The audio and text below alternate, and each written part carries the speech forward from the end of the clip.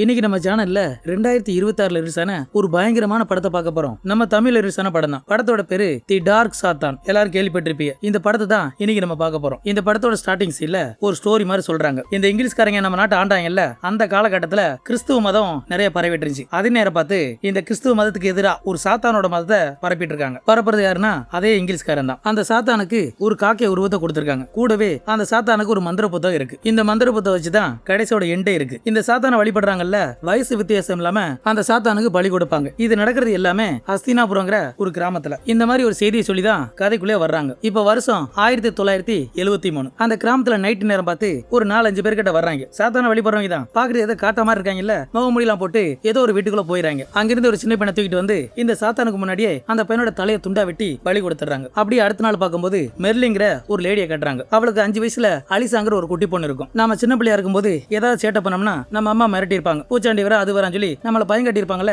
அதே மாதிரி தான் இந்த குட்டி பொண்ணை பயம் கட்டிட்டு இருக்காங்க. அப்ப அதே நேரம் பார்த்து விக்டோரியாங்கிற ஒரு பாட்டியம்மா உள்ள இருந்து கத்திட்டு இருக்காங்க. அந்த சத்தம் கேட்கறதுக்கு அது கத்துற மாதிரி இருக்காது, ஏதோ ஒரு வித்தியாசமா இருக்கும். கேட்கும் போதே கொஞ்சம் பயம் அதிகமா இருக்கும். இந்த மாதிரி கத்தமே அவங்களுக்கு பசி எடுத்துருன்னு சொல்லி இந்த அம்மா சாப்பாடு கொடுக்க போகும். ஆனா அந்த அம்மா சாப்பாடு வாங்காது, பதிலா திட்டி விட்டுருது. அதுக்கப்புறம் இவங்களோட குழந்தை இருக்கும்ல, அந்த குழந்தைய பார்த்து பாட்டி என் மேல கோவத்துல இருக்காங்க, நீ போய் சாப்பாடு கொடுன்னு சொல்லுமே. இந்த பிள்ளை அதை வாங்கிட்டு போகும். அந்த டோருக்கு முன்னாடி ஒரு சின்ன ஓட்ட மாதிரி தான் இருக்கு, அது வழியா சாப்பாடு கொடுக்கும். அம்மா வரும்போது அந்த பாட்டியம்மா கத்துனாங்கல்ல, பேத்திய பார்த்ததும் சந்தோஷத்துல சிரிச்சிட்டு இருக்கும். அப்படியே கட் பண்ணா இப்ப வருஷம் 1989. கிட்டத்தட்ட ஒரு 16 வருஷம் கழிச்சு அதே ஃபேமிலி காட்டுறாங்க. இந்த அலிசான்னு ஒரு குட்டி பொண்ணு இருந்தால இப்ப வளர்ந்து பெரிய ஆளாயிட்டா. இவங்க தான் இந்த படத்தோட ஹீரோயின். இவளுக்கு அழகான ஒரு சின்ன தங்கச்சி இருப்பா, அவளோட பேரு ஆலியா. இவளோட அம்மாக்கு இப்ப ஏதோ ஒரு பிரச்சனை நினைக்கிறேன், உடம்பு வேற சரியில்லை. அதனால வீட்டை விட்டு வெளியே போகாதுன்னு சொல்லி இவங்க 2 பேரும் ஸ்கூலுக்கு வந்துறாங்க. ஸ்கூலுக்கு வந்ததுக்கு அப்புறம் அங்க ஒரு ஹீரோன்னு ஒருத்தர் இருப்பான்ல, அவனோட பேரு சேகர். நம்ம ஹீரோ ஒன் சைடா லவ் பண்ணிட்டு இருப்பான். ஆனா நம்ம ஹீரோனுக்கு அவன் மேல விருப்பம் இருக்கும், இருந்தாலுமே அம்மாவோட உடம்பு சரியில்லை, நமக்கு படிக்கணும். இந்த மாதிரி ஒரு சூழ்நிலையில அவனோட காதலை ஏத்துக்க மாட்டாங்க. ஒரு பக்கம் இப்படி போயிட்டு இருக்கும்போதான் ஒரு நாள் நம்ம ஹீரோட அம்மா என்ன செய்றாங்க, சர்ச்சுக்கு வராங்க. அவங்க உள்ள வந்ததுமே அங்க இருந்த ஃபாதரும் சரி, அங்க இருந்த சிஸ்டரும் சரி, எல்லாரும் பயத்துல கத்த ஆரம்பிச்சாங்க. நீ எதுக்காக இங்க வந்தா, நீங்க வரக்கூடாது, நீ ஒரு சாதாரண மனுஷனே கிடையாது, சாத்தான் பிசாசு சொல்லி அவளை விரட்டுறாங்க. அந்த அம்மா பதிலுக்கு, நான் ஏன் வரக்கூடாது, நான் வரதுனால இந்த பில்டிங் இடிஞ்சிருமா, இல்ல உங்க கடல் ஓடி போயிருவாரா, நான் ஃபாதரை பார்த்து பாவ மன்னிப்பு கேட்கணும், ஃபாதர் உங்கள்ட்ட பேசணும்னு சொல்லுமே. இவர் முடியாதுன்னு சொல்றாரு, ஆனா அந்த அம்மா கேட்க மாட்டேது. கடைசியில நம்ம ஃபாதர் தனியா வந்துறாரு. இந்த பாவ மன்னிப்பு கேட்பாங்களா, அந்த மாதிரி இடத்துல உட்கார்ந்திருக்காரு. அப்ப அந்த அம்மா சொல்லும், ஃபாதர் அடிக்கடி என்கிட்ட யாரோ பேசுற மாதிரி இருக்கு, அவங்க என் காதுல ஏதோ சொல்றாங்க, அவங்க சொல்றத கொஞ்சம் கூட தயக்கம் இல்லாம நான் அந்த விஷயத்தை பண்ணிடுறேன், அதுல விருப்பம் இல்லாட்டாலும் அந்த தவறை நான் செஞ்சிடறேன். இதுக்கு முன்னாடி நான் நிறைய பாவம் செஞ்சுட்டேன், இனிமே பண்ணக்கூடிய பாவத்தை சேர்த்து எனக்கு பாவ மன்னிப்பு கொடுக்கும் சொல்லி இவங்க வேற கையை காட்டுவாங்கல்ல, கையில வேற ஏதோ ஒரு சிம்பிள் மாதிரி இருக்கு. இந்த சிம்பிளை பார்த்த ஃபாதருக்கு வேற டக்குன்னு இழுக்குது. அந்த சத்தத்தோட ஃபாதருக்கு என்னாச்சுன்னு தெரியல. கட் பண்ணி இந்த பக்கம் நம்ம ஹீரோனோட தங்கச்சி ஸ்கூல் முடிஞ்சு வீட்டுக்கு வராங்க. வரும்போதே வீட்டுக்கு வெளியே வர இவங்களோட அம்மா சுத்திட்டு இருப்பாங்கல்ல, அதை பார்த்து நம்ம ஹீரோன் கத்த ஆரம்பிச்சிடா. ஏன்னா இவளுக்கு தெரியும்ல அம்மாக்கு ஏதோ ஒரு பிரச்சனை இருக்கு, வெளியே போனா ஏதாவது பிரச்சனை பண்ணிடுவாங்க பயத்துல இவ கத்திட்டு இருப்பா. இதை கேட்ட அந்த அம்மா, நீ எப்படி கத்திட்டு இருக்கா, நம்மளை சுத்தி நிறைய பேர் பார்த்துட்டு இருக்காங்க, அது மட்டும் இல்லாம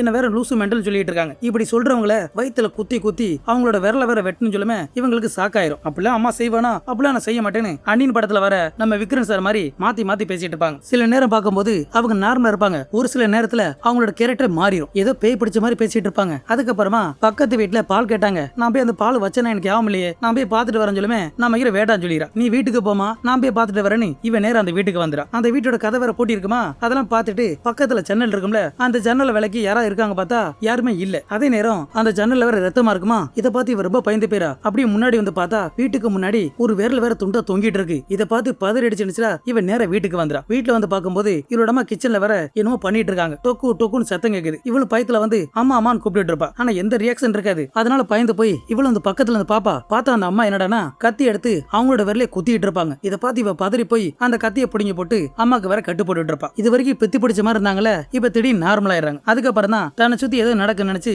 இவங்க அழுதுட்டு இருப்பாங்க. அடுத்த நாள் பார்க்கும்போது நம்ம ஹீரோன் வழக்கம் போல ஸ்கூலுக்கு வந்துடுறா. அங்க டீச்சர் ஏதோ படம் வரைய சொல்லிருப்பாங்கல்ல, இவங்க நோட்ல எல்லாம் வரைஞ்சிட்டு இருப்பாங்க. அப்படி நம்ம ஹீரோன் வரைஞ்சிட்டு இருக்கும்போது தான் அங்க இருக்க எல்லாருமே அசையாம இருக்காங்க. இதை பார்த்து நம்ம ஹீரோனுக்கு ஒன்னும் புரியல, நம்மளை சுத்தி என்ன நடக்குன்னு தெரியாம இவ திருத்துன்னு முடிச்சிட்டு இருப்பா. அதுக்கப்புறம் அந்த இடம் சரியானதுக்கு அப்புறம் இவள் எரியாமலே இந்த நோட்டை போட்டு கிரிக்கெட் கிரிக்கெட் இருப்பா, பட்டு ஸ்பீடா கிரிக்கெட் இருப்பா. அப்ப அந்த நேரம் பார்த்து அந்த ஜன்னல்ல வர ஒரு காகம் வருமா, அந்த காகத்தை பார்க்கமே இவ பயந்துடுறா. ஆனா உண்மையில அந்த இடத்துல எதுவுமே இல்ல, இவ கண்ணுக்கு மட்டும் அந்த காகம் நிக்கிற மாதிரி தெரியும். பயத்துல ஆண் கத்தமே அங்கிருந்த ஸ்டூடெண்ட்ல நினைச்சாங்க இவள ஒரு மாதிரியா பார்த்துட்டு இருப்பாங்க. குறிப்பா அந்த டீச்சர் இருக்காங்கல்ல, அவங்க ரொம்ப திட்ட ஆரம்பிச்சாங்க. உங்க ஊர்ல இருந்து வர எல்லாருமே இப்படித்தானு சொல்லி நம்ம ஹீரோன் வர இழுத்துட்டு போயிடுறா. எதுக்காக அந்த டீச்சர் அப்படி சொல்றாங்கன்னா, இந்த ஹஸ்தினாபுரம் இருக்குல்ல, அந்த ஊரை சேர்ந்தவங்க யாரு, சாத்தான வழிபடுறவங்க, மூட நம்பிக்கை உள்ளவங்க. அதே ஊரை சேர்ந்தாலுதான் நம்ம ஹீரோயின். இந்த பிரச்சனை முடிஞ்சதுக்கு அப்புறம் நம்ம ஹீரோ என்ன செய்யலாம் பாருங்க, அவனோட வீட்டு போன் நம்பரை ஒரு பேப்பர்ல வர எழுதி கொடுக்குறான். ஏன்னா நம்ம ஹீரோ இருக்கான்ல, அவனோட அப்பா ஒரு சைக்காலஜி டாக்டர், லவருக்கு ஏதாவது ஹெல்ப் பண்ணலான்னு இவன் நம்பரை கொடுத்திருப்பான். இவனோட கேர்ள் ஃப்ரெண்ட் மூலமா அவகிட்ட கொடுக்க வைப்பான். ஆனா இவளுக்கு என்ன தோணுதுன்னா எல்லாருமே தன்னை ஒரு பைத்தியக்காரியா பார்க்க ஆரம்பிச்சிட்டாங்கன்னு கொஞ்சம் மனச்சங்கடத்துல அழுதுகிட்டே அந்த நம்பரை வாங்கிட்டு வீட்டுக்கு வந்துடுறான். வீட்டுக்கு வர்ற வழியில இவங்க பக்கத்து வீட்டுல வேற மக்கள்லாம் நிறைய பேர் கூடிட்டு இருப்பாங்க. குறிப்பா ஒரு கணவர் மனைவி அழுதுட்டு இருப்பாங்க. என்னடா பார்த்தா அவங்களோட சின்ன வயசு குழந்தை காணாம போச்சான். அதை நினைச்சு அந்த புள்ளையோட அம்மா ஒப்பாரி வச்சு அழுதுட்டு இருக்கும். அப்பதான் ஒரு பிளாஸ்பாக் இந்த அம்மா வீட்டுல இருக்கும்போது அவங்களோட புள்ள பக்கத்துல இருந்திருக்கு. ஆனா கொஞ்ச நேரம் கழிச்சு பார்த்தா புள்ளைய வர காணோம். புள்ளைய காணோம் சொல்லி இந்த அப்பா அம்மா 2 பேரும் தேடி இருக்காங்க. வீடு முழுக்க தேடிமே குழந்தைய காணோம். அப்ப அதே நேரம் பார்த்து இந்த வீட்டோட பின்பக்கமா சத்தம் கேக்குது. ஓடி வந்து பார்த்தா அந்த புள்ள பின்னாடி தான் நிக்கும். இதை பார்த்து அந்த புள்ளைய காப்பாத்தலான்னு இவங்க கதவை திறந்தா கதை வேற திறக்காது. அந்த பிள்ளை என்னடானா முன்னாடி ஏதோ பாக்குறதுக்கு கிணறு மாதிரி இருக்கு. அதுக்கு மேல நம்ம ஹீரோட அம்மா அப்படி விளக்கோட நிப்பா. இந்த பிள்ளை அந்த பக்கம் போயிட்டு இருக்கும். அதுக்கப்புறம் அந்த பிள்ளைக்கு என்னாச்சுன்னு தெரியல. இந்த பிளாஸ்பாக்ல முடிஞ்சதுக்கு அப்புறம் அந்த அம்மா நம்ம ஹீரோனை முறைச்சு பார்த்துட்டே இருக்கும். இவளுக்கு பயம். ஒருவேளை நம்ம அம்மா தான் இதை பண்ணிருப்பாங்கன்னு நினைச்சு இவ நேரம் வீட்டுக்கு வந்ததுமே இவரோட அம்மா பிடிச்சி கேட்கிறா, அம்மா நீ எங்கேயாவது வெளியே போனியா கேட்டா அதுக்கு அந்த அம்மா இல்லன்னு சொல்லிடுது. நீ சொன்னதுக்கு அப்புறம் நான் வெளியே போவேனா, நான் வீட்டுல தான் இருந்தேன், உங்களுக்காக சமைச்சேன்னு சொல்லி இந்த அம்மா மாத்தி பேசும். ஆனா உண்மையா போயும் தெரியல. நம்ம ஹீரோன் வேற திருத்தன முடிச்சிட்டு இருப்பா. அன்னைக்கு நைட்டு பார்க்கும்போது இவங்க சாப்பிடறதுக்காக ஒண்ணா உட்காந்துருப்பாங்களா. அப்ப திடீர்னு வேற கரண்ட் போயிடும். அந்த கரண்ட் வந்ததுக்கு அப்புறம் பார்த்தா இவங்களோட அம்மா வேற காணும். அம்மாவை காணும் சொல்லி இவங்க ஒவ்வொரு இடமா தேடிட்டு இருப்பாங்களே. அந்த அம்மா ஒரு முக்கல் நின்றுகிட்டு கட்டிங் பிளேட் வச்சு அவங்களோட பள்ளையை புடுங்கிட்டு இருப்பாங்க. இதை பார்த்து அந்த பொண்ணு பதறி போய் அவங்க அம்மாவை தடுக்க போகும். ஆனா அவளை அசால்ட்டா தள்ளி விடுமே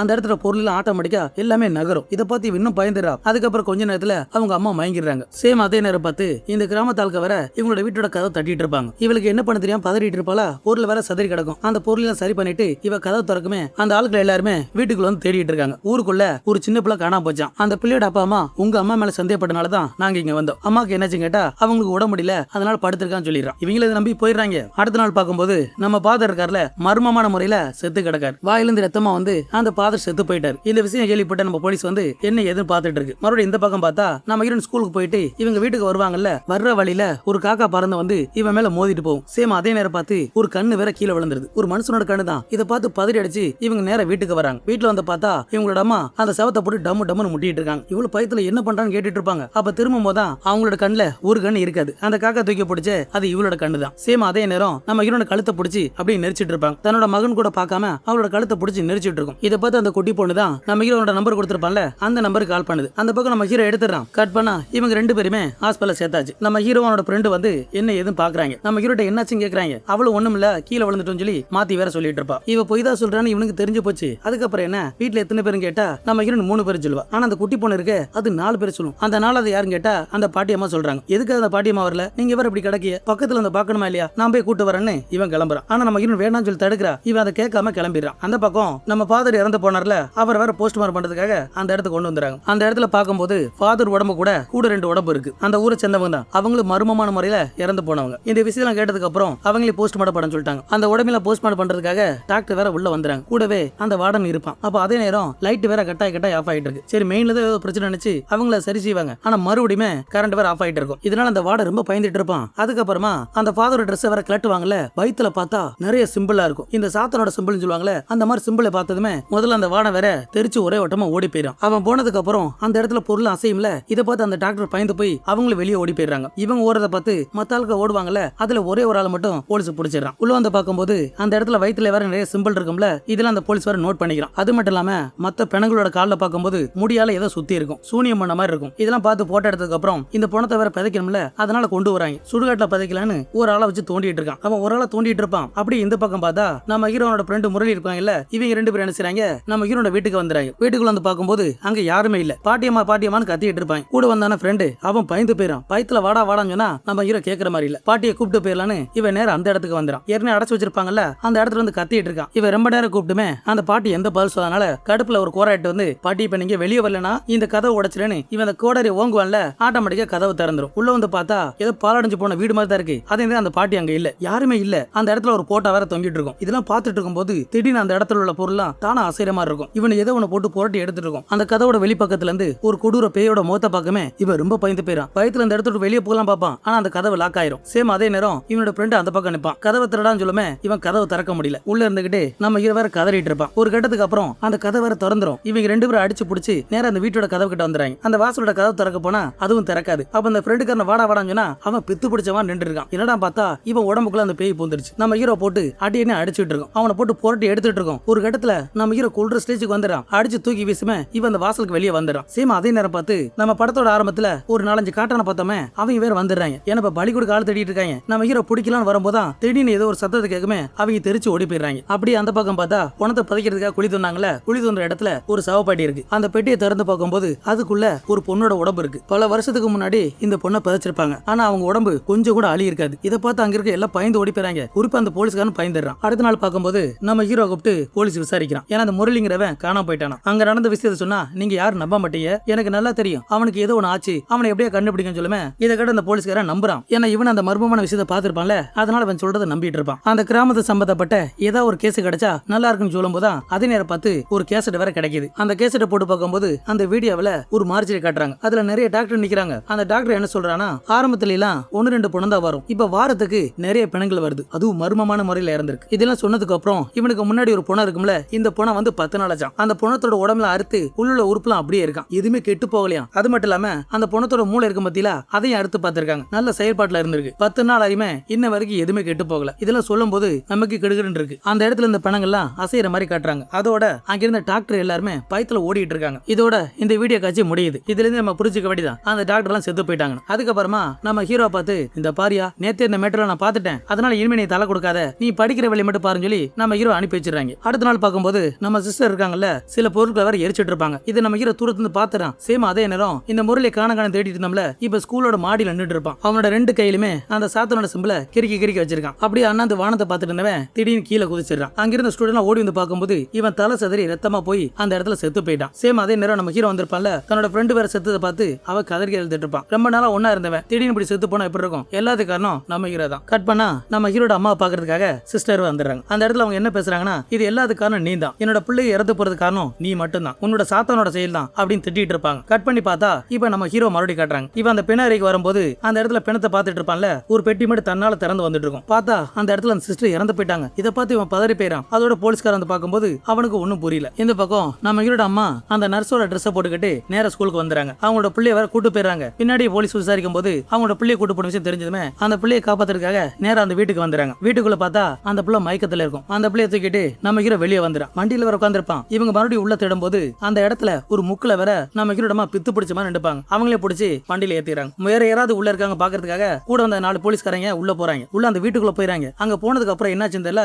அவங்கள மர்மமான முறையில இறந்து கிடக்காங்க. அவங்களோட விரலாம் தொங்கிட்டு இருக்குமா. இதை பார்த்து அந்த போலீஸ்கார பதறி போயிறான். பயத்துல வெளியே வரும்போது சேமா அதே நேரம் பார்த்து அந்த ஊருக்காய் திடுத்துன்னு ஓடி வராங்க. எதுக்காக ஓடி வராங்க தெரியல. வந்ததுமே இந்த போலீஸ்காரனை போட்டு அடி அடிச்சிட்டு இருப்பாங்க. குறிப்பா அந்த வண்டி இருக்கு பாத்தீங்களா, அந்த வண்டியை கவுத்த பார்ப்பாங்க. ஆனா அதே நேரம் நம்ம ஹீரோட அம்மாவும் மறைஞ்சு போயிறாங்க, மாயமா போயிறாங்க. இந்த போலீஸ்காரன் துப்பாக்கி எடுத்து மிரட்டமே அந்த ஊருக்காரர் ஓடி போயிறாங்க. இந்த ஊருக்காய் எதுக்காக அடிக்க வந்தாங்கன்னு தெரியல. அப்படியே கட் பண்ணா நம்ம ஹீரோ வீட்டுக்கு வந்துறான். அன்னைக்கு நைட்டு வீட்டுல இருக்கும்போது அவன் காதுக்குள்ள ஏதோ ஒன்று ஓடுற மாதிரி இருக்கு. ஏதோ உயின்னு சத்தம் கேட்டு இருக்கு. இதனால பைத்தியம் பிடிச்ச மாதிரி இவன் அங்கிட்டு கிட்ட சுத்திட்டு இருப்பான். அந்த செவத்துல இருந்து சத்தம் வருது, இங்கிட்டு சத்தம் வருதுன்னு சொல்லி எல்லா இடத்துலயுமே காதை வச்சு கேட்டுட்டு இருப்பான். அந்த வழி தாங்க முடியாம ஏதோ ஒரு இரும்பு நினைக்கிறேன், அதை எடுத்து அவனோட காதிலே குத்திடுறான். ரத்தமா வந்துட்டு இருக்கும். அந்த இடத்துல மட்டையாயிரான். அதே நேரம் அந்த வீட்டுல அவங்க அப்பா அம்மா இருப்பாங்கல்ல, அவங்க வேற பதறிட்டு போய் அவனை ஹாஸ்பிட்டல் சேர்த்துறாங்க. நல்ல வேலையா நம்ம ஹீரோ பொழைச்சுக்கிட்டான். ஆரம்பத்துல இருந்து நிறைய மர்மமான கொலைகள் நடக்குதுல, இதெல்லாம் யார் பண்றா என்ன பண்ண தெரியாம இந்த போலீஸ்காரன் முடிச்சுட்டு இருப்பான். அப்பதான் நம்ம ஹீரோ ஒன்னு சொல்றான். முதல்ல மர்மமான முறையில இருந்தது யாருன்னா ஃபாதர் தான். ஃபாதருக்கு அப்புறம் தான் நிறைய மர்மமான கொலைகள் நடந்திருக்கு. இது எல்லாத்துக்கும் விட தெரியணும்னா கண்டிப்பா ஃபாதரோட இடத்துல போய் செக் பண்ணா மட்டும் தான் தெரியும்.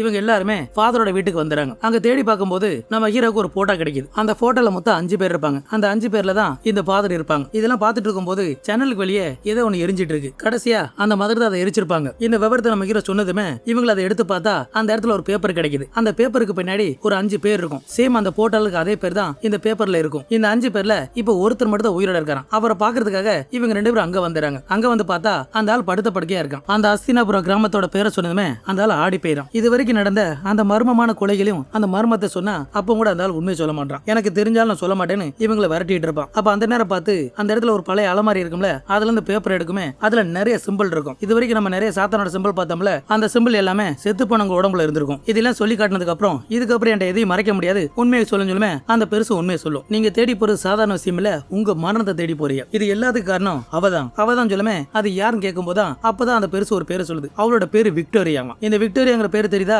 நாம படத்தோட ஆரம்பத்துல நம்ம ஹீரோட அம்மாவோட வீட்டுக்குள்ள ரூமுக்குள்ள ஒரு பாட்டியம்மா இருந்தாங்கல்ல, அவங்களோட பேர் தான் இந்த விக்டோரியா. ஆரம்பத்துல இருந்தே இந்த விக்டோரியா யாருன்னு காட்டியிருக்க மாட்டாங்க. இப்பதான் அது யார் என்னன்னு சொல்றாங்க. இந்த போலீஸ்கார குழி தோண்டும் போது கூட அழுகாம ஒரு பணம் இருந்திருக்குமே, அவதான் விக்டோரியா. அவளோட வாழ்க்கையை பத்தி சொல்லும்போது 1950 அந்த அஸ்தினாபுர கிராமத்துல மூட நம்பிக்கை முத்தி போய் அந்த சாத்தான வழிபட்டு இருப்பாங்க. அவனுக்காக நிறைய பலி கொடுத்திருப்பாங்க. இதெல்லாம் ஆரம்பத்துல கேட்டிருப்போம். ஆனா அந்த கிராமத்துல விக்டோரியாங்கிற பொண்ணு மட்டும் தான் கிறிஸ்தவ மதத்தை பின்பற்றி இருக்கா. முழுக்க கடவுள் அவர் தான் நினைச்சிருக்கா. அவ கையில ஒரு 2 வயசுல குழந்தை இருக்கும். அந்த குழந்தை யார் தெரியுதா? இப்ப நம்ம ஹீரோட அம்மா இருக்காங்களே, அவங்க தான். அது மட்டும் இல்லாம இந்த விக்டோரியா விக்டோரியோட கணவர் இருக்கார்ல, முடியாம படுத்த படுக்கையா இருக்காரு, உடம்பு வேற முடியல. அதே நேரம் அந்த கிராமத்தை சேர்ந்த ஒருத்தனை காட்டுறாங்க. அவனோட மனைவி கர்ப்பமா இருக்காங்க. இவன் என்ன நினைச்சான் தெரியல, வீட்டுல இந்த 2 கோழி குஞ்சு கொண்டு போய் இவங்க வனக்கூடிய அந்த சாத்தா இருக்கும்ல, அந்த சாத்தானுக்கு பலி கொடுக்குறான். இவனோட குழந்தை பிறந்ததுக்கு அப்புறம் அடுத்த நாள் என்ன செய்யறான் பாருங்க, நேரம் அந்த சாத்தானுக்கு முன்னாடி வந்து அவனோட நாக்கா இருக்குமே, அவனோட கண்ணெல்லாம் மாறும், ஏதோ பாக்குறதுக்கு வெள்ளையா மாறிட்டு இருக்கும். அது மட்டுமா கத்தி எடுத்து அவனோட கழுத்தை எடுத்து அந்த இடத்துல அவன் செத்து போயிடான். இந்த சம்பவம் முடிஞ்சதுக்கு அப்புறம் விக்டோரியா புருஷன் வேற படுத்த படுக்கையா இருந்தால இப்ப உசுருக்கு போராடிட்டு இருக்கான். இதனால பக்கத்துல ஒரு பாட்டியம்மா இருப்பாங்கல்ல, வைத்தியச்சி பாட்டியம்மா, அவங்களை கூட்டு வந்து பார்க்கும்போது